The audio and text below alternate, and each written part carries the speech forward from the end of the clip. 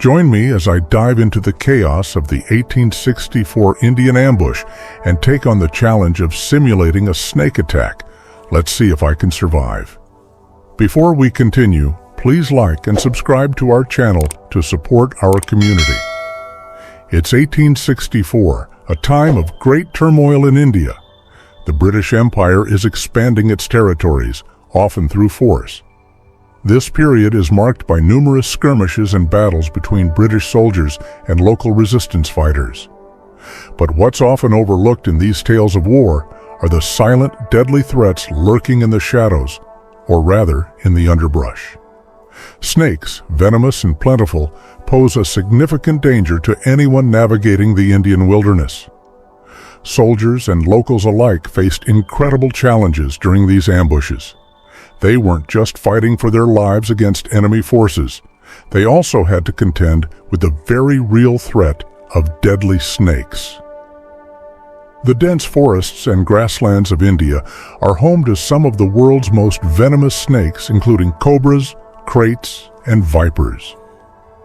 A wrong step could mean a painful and potentially fatal bite.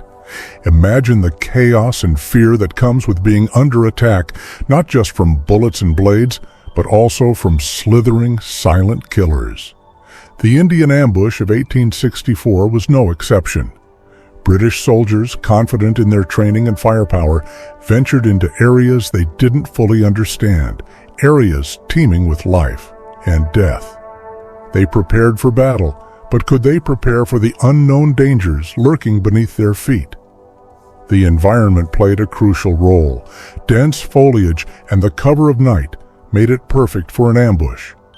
When reaching the east side of the mountains, it was necessary to travel at night, at least through the open country between the Deschutes and Bridge Creek. The Snake Indians were raiding the country, and with a small packed train and only a small company, we deemed that plant the safest. During the day, a careful guard was kept out and no fires were lit. We traveled safely through dangerous country to Bridge Creek. We arrived in the morning and found company from Dallas. We decided to lay by for a day or two. The horses were rounded up and preparations were made. The horseman, Jim Clark, informed us that the Indians would arrive in a few minutes and had already killed his brother-in-law, George Masterson. During the horseback ride, Clark shared the circumstances that led to the fate of his son, leaving little doubt in our minds about his fate. As soon as possible, every man who could be spared from camp saddled his horse and returned to Clark, either to save the boy or to avenge his death. The circumstances were that he and the boy had left the house, later known as the Burnt Ranch. The house was located on the John Day River about a mile below the mouth of Bridge Creek.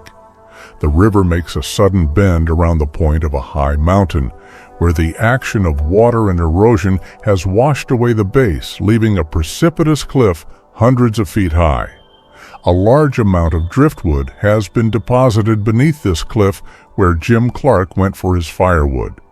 The high bank of the river next to the house, which was 600 yards away, had cut the earifs and other arms at the house, giving them immunity from attack and rendering them careless. While loading wagons, Clark said they happened to look towards the house, which was in plain view, and saw it in flames. They could see the Indians around the house and were about to cross the river. However, the mountains rose hundreds of feet perpendicularly at their backs, making escape impossible. They quickly cut the harness from the horses and mounted, and Clark, a brave man in danger, told the boy to follow him. Clark tried to persuade the Indians to hold the bank, but they were unarmed and attempted to close in on them. However, the Indians fled towards the mouth of Bridge Creek. The boy was terrified and drove his horse to the top of his speed. Clark, Masterson's horse, began to fail. Meanwhile, he saw the Indians mounting and began a race on one side. He was then a quarter of a mile ahead of Clark, who nursed his horse and kept it just out of reach for life. The race was only 2 miles long when young of the bullets. He stood beside him until an Indian riding a black horse approached within 20 feet. The child saw him lift his pistol and hurl himself from his horse with the exclamation, "O Lord," which was lost in the dust. The Indian was at least 50 yards ahead of the others and did not stop to murder the boy, perhaps leaving him for those behind. Clark, with his black and savage heart leaping with joy in anticipation of torturing, was ready to go after being provided with a fresh animal. We did not spare our horses on their return. After towing the Indian some distance and coming to a turn in the road, Clark led this horse out and did not slow down until our camp was reached. After failing to locate the body, the possibility that he had been buried by overhanging earth and matted roots arose. The search for the Indian's trail began. However, some of the men discovered the boy alive under a bank, shielded from sight. Clark was wild. Had he found the dead body, it would have been nothing compared to after being sufficiently awakened. He told us that he pushed himself from his horse, sprang into the brush, and came to the creek, heron down, until he spotted the overhanging bank. He stated that the Indians were only a few feet away when they found him. After returning to camp, Perry Maupin, John Atterbury, myself, and 3 others, whose names I can't recall, volunteered for the expedition, bringing the total number of participants to 7. At daybreak, Perry Maupin requested that his property be returned or that he seek vengeance. He was confident that the party consisted of no more than 15 or 20 warriors. As night fell, we decided to wait until daylight to attack. They were camped on the west branch of Trout Creek, about a mile above the forks. The location of the camp was open ground with a high, bald mountain on one side. We were satisfied that they would remain until morning, probably feasting on some of the stolen. Their position was 200 yards from the forks. They felt safe from pursuit and waited for morning. They unsaddled their horses, picked them up, and lay down to sleep while the other guard remained on guard.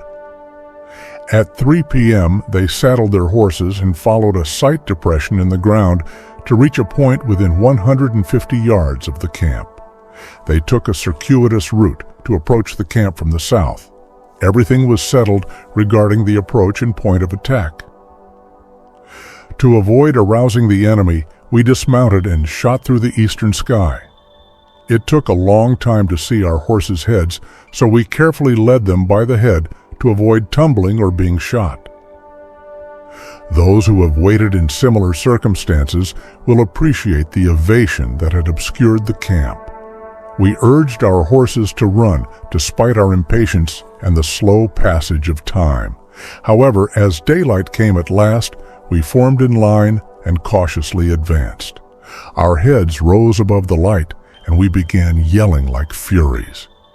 We had just finished when numerous Indians raced up to us, shouting, "Warm Springs, and Wascos."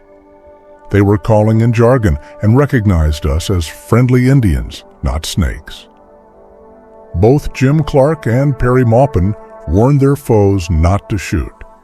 They were hunting when the snakes approached them without firing a shot. They then shared their experience. A skirmish occurred between the Snake Springs and Wascos, but there were no serious consequences. The white man proposed that the 2 chiefs, Polina or Panina, chief of the Snakes, and Capa Maria, chief of the Warm, meet halfway and unarmed to settle the terms of peace. Polina opposed the meeting, believing that treachery was planned, but Kay accepted the proposal. After Capa Maria was brutally murdered by a snake, the Warm Springs Indians volunteered to pursue the assassin. They restarted the struggle when the snakes could not be seen for many hours. The snakes were thought to be easily overtaken because they stayed in their own country and traveled leisurely. We knew the 2 tribes were traditional enemies, and the Warm Springs held the snakes in great dread and never ventured far from their dead chief, implying that their friendship for us could be relied on. The present camp was neutral territory and the main hunting ground for the former. Their company was accepted, but the more superstitious dreaded it. We did not value the aid of the warm springs very highly, but the bullet dropped down the tribe. Polina was especially dreaded and believed to be bulletproof without injuring him. After stuffing our cantinas with dried venison from the campiforles, we started to the path. Our horses were fresh and the warm springs were such magnificent transporters, we made good progress, especially after entering the pine timber. The Indians acted as scouts, skirting each side of the trail and keeping well in ahead. The snakes made little effort to cover their tracks, and we followed the mata. We had only traveled 4 miles when we arrived at the previous night's camp. They trailed up the west branch of Trout Creek in an easterly direction. Their fires were still burning, indicating their scorn for the warm springs. We followed. We traveled up Trout Creek to its head and passed through a low gap to the head of McKay Creek.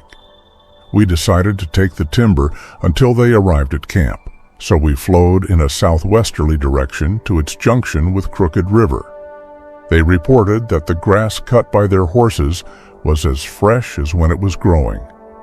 One of the scouts dropped back and informed us that the enemy was not far ahead.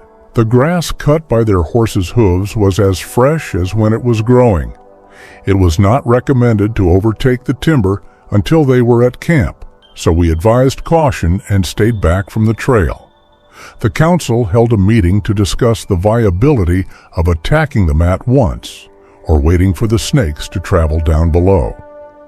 After about 3 hours, they returned and announced that the snakes had gone into camp about a mile away from the ridges and only occasionally ventured to the creek bottom in the morning.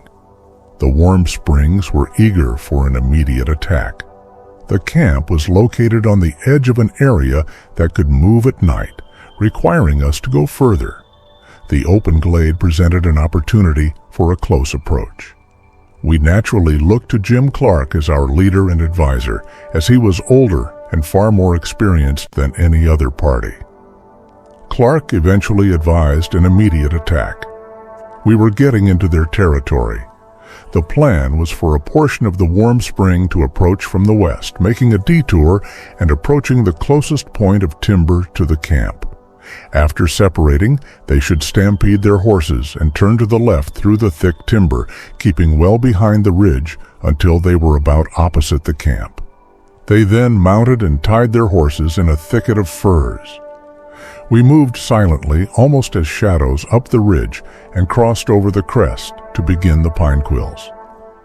We mostly held our breath to avoid making any noise or accidentally breaking a twig, which could startle the enemy. Despite this being my first real Indian fight, I fell silently to 4 dusky allies falling noisily upon the, and not so much excitement as when staking my first buck. As we were preparing for the rush, the Indians discovered us and raised the war whoop for the herd. The snakes sprang to the other side and raised their heads.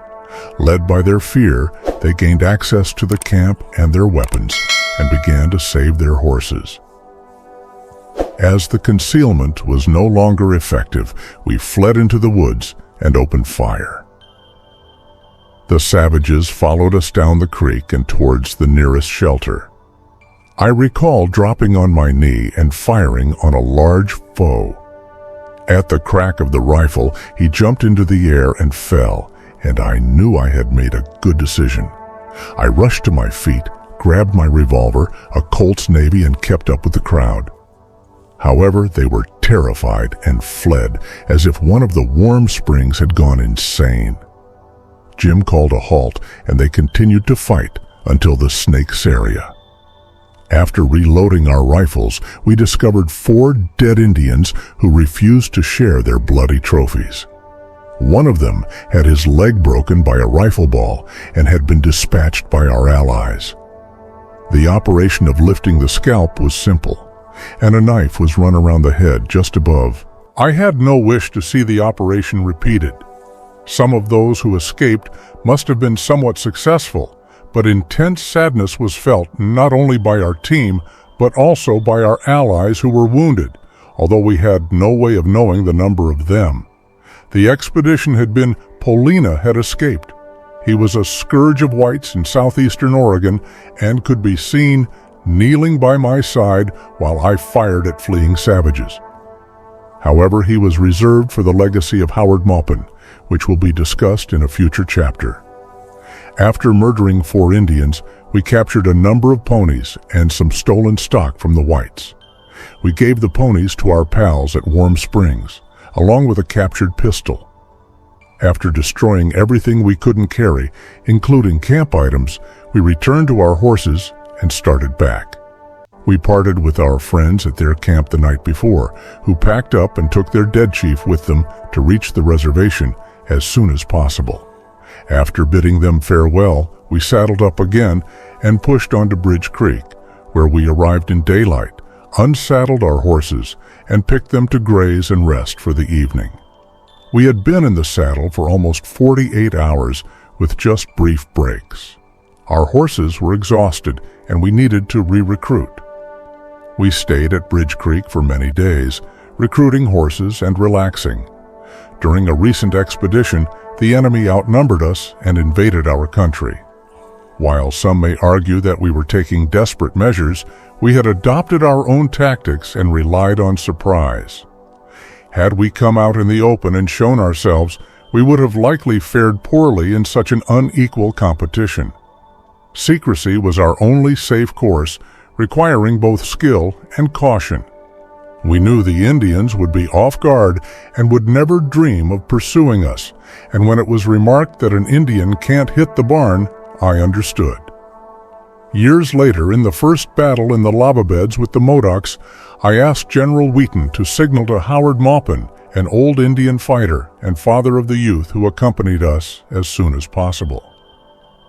The Modoc War cost approximately 300 men, including the life of General Canby, and the country failed to justify the price of human life.